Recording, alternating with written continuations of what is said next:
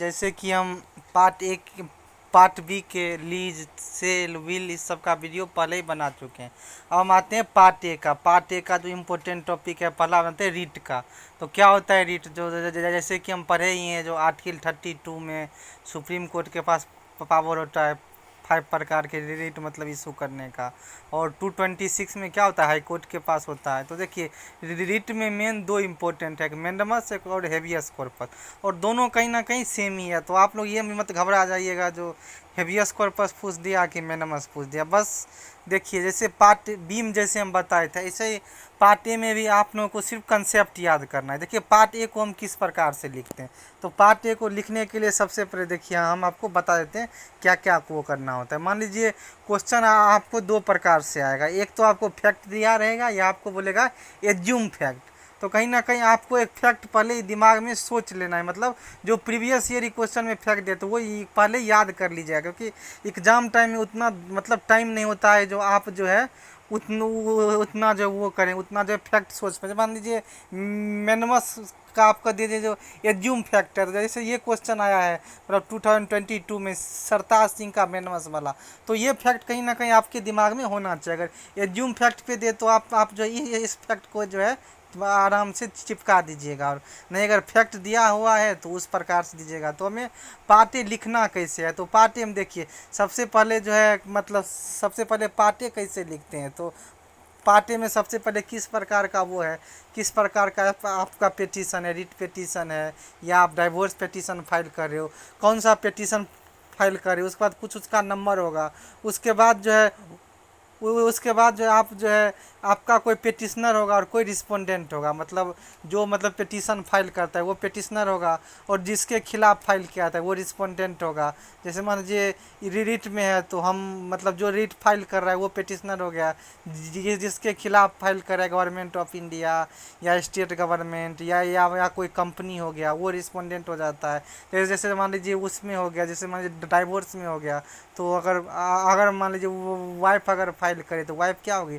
Petitioner हो गई। Husband और उसके फैमिली क्या होगी? रिस्पोंडेंट हो गई। ये कर दिए। उसके बाद जो होता है मतलब किस आर्टिकल में आप जा रहे हो। अगर रिट फाइल करे हो हाई कोर्ट में 226 में, सुप्रीम कोर्ट में आर्टिकल 32 में, या मान लीजिए अगर डाइवोर्स का कर रहे हो तो 13(1)(a), म्यूचुअली कर रहे हो तो 13(1)(b), वो हो गया। और उसके बाद किस कोर्ट में कर रहे हो, तो मतलब अगर डाइवोर्स फाइल कर रहे हो फैमिली को, रिट फाइल कर रहे हो हाई कोर्ट या सुप्रीम कोर्ट, ये हो गया। उसके बाद आपको फैक्ट लिखना होता है। क्या क्या फैक्ट है, फैक्ट लिख दिए। उसके बाद आपको फैक्ट लिख देंगे 4 5 पॉइंट 6 पॉइंट। उसके बाद कौन से ग्राउंड पे फाइल कर रहे हो, ग्राउंड, फैक्ट, ग्राउंड। उसके बाद आप प्रेयर, मेन ये होता है आप कोर्ट से चाहते क्या हो, क्योंकि जो है जितना आप प्रेयर करिएगा कोर्ट जो है उतना ही, पेटिशन में क्या होता है जितना आप प्रेयर करिएगा मेन जो है कोर्ट उतना ही आपको प्रेयर पे क्या करेगा, वो जो है प्रेयर को चाहेगा कोर्ट, मतलब आपको आपको आपके जो भी आपके ग्रीवियंसेज हैं जो आप चाहते हैं कोर्ट उसको पूरा करवाएगी। तो प्रेयर, उसके बाद जो है अपना साइन, उसके बाद वेरीफाई कर दीजिएगा। उसके बाद एडवोकेट वेरीफाई कर देगा। उसके बाद एक एफिडेविट लगता है। अगर आप क्वेश्चन में एफिडेविट लिखने के लिए दिया गया है तब तो आप एफिडेविट लिख दीजिए। अगर नहीं दिया गया है तो ये लिख दीजिए एन एफिडेविट एफिक्स टू मतलब दिस मतलब पेटिशन, क्योंकि एग्ज़ाम में उतना टाइम नहीं होता है एफिडेविट आप जो है लिखें। अगर मान लीजिए अगर एक क्वेश्चन में दिया एफिडेविट के साथ तब तो एफिडेविट आप लोग लिख दीजिएगा। अगर नहीं एफिडेविट के साथ दिया हुआ है, जैसे इस क्वेश्चन में एफिडेविट के साथ नहीं दिया हुआ है, सीधा आगे अगर ड्राफ्ट पेटिशन, सिर्फ पेटिशन बोला है तो इसमें एक लाइन में लिख दीजिएगा जो एन एफिडेविट मतलब एफिक्स टू दिस मतलब टू दिस पेटिशन, मतलब इस पेटिशन के साथ एफिडेविट लगाया गया। एक लाइन में लिख दीजिएगा, टीचर समझ जाएगा जो इस स्टूडेंट को सब कुछ पता है। अगर एफिडेविट दिया है तब तो मतलब लिख ही दीजिएगा। तो पार्ट एक में आप लोगों को क्या क्या करना है, क्या कंसेप्ट है बताइए। तो कंसेप्ट क्या है, सबसे पहले कौन सा मतलब फाइल करें, रीट फाइल कर रहे हैं या डाइवोर्स के लिए पेटिशन फाइल करें। उसके बाद क्या, उसके बाद जो क्या आपका पेटिशन नंबर है अपने मन से लिख दीजिए। उसके बाद पेटिशनर रिस्पोंडेंट का लिख दीजिए नाम।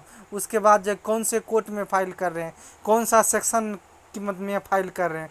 उसके बाद आपका ब्रीफ फैक्ट क्या है। उसके बाद कौन से ग्राउंड है आपके, फैक्ट के बाद ग्राउंड। उसके बाद आप प्रेयर क्या चाहते हैं, उसके बाद उसका वेरीफाई कर दीजिएगा और अपना साइन उन करके एडवोकेट का साइन, फिर जो है एफिडेविट जो है अगर दिया हुआ है तो एफिडेविट लिख दीजिएगा, शपथ पत्र जिसे बोलते हैं। अगर नहीं दिया हुआ है तो एक लाइन में लिख दीजिएगा जो इसके साथ एफिडेविट लगाएगा। तो पार्ट ए का कंसेप्ट ये है, तो आप लोग रट के नहीं जाएगा। जैसे पिछले बार जुडिशियल सेपरेशन पूछ दिया तो सारे बच्चे, बहुत से बच्चे छोड़ के आ गए। भाई छोड़ना क्या है, जुडिशियल सेपरेशन और डाइवोर्स दोनों कहीं ना कहीं सेम है। जुडिशियल सेपरेशन भी उसी ग्राउंड पे मिलता है, डाइवोर्स भी उसी ग्राउंड पे मिलता है, फैमिली लॉ अगर पढ़े होंगे तो। भाई छोड़ क्या रहे हो, डाइवोर्स वाला सारा ग्राउंड दे दो, सिर्फ एक सेक्शन का अंतर है। जुडिशियल सेपरेशन मतलब फैमिली मतलब हिंदू मैरिज एक्ट के अलग सेक्शन में मिलता है, डाइवोर्स अलग सेक्शन में मिलता है, कोर्ट भी सेम है। तो बस एक सेक्शन अगर आपको अलग पूछ दिया तो आप छोड़ दीजिएगा, ये सही बात नहीं है। मतलब सबको आज शस्त्र आपके पास होना चाहिए।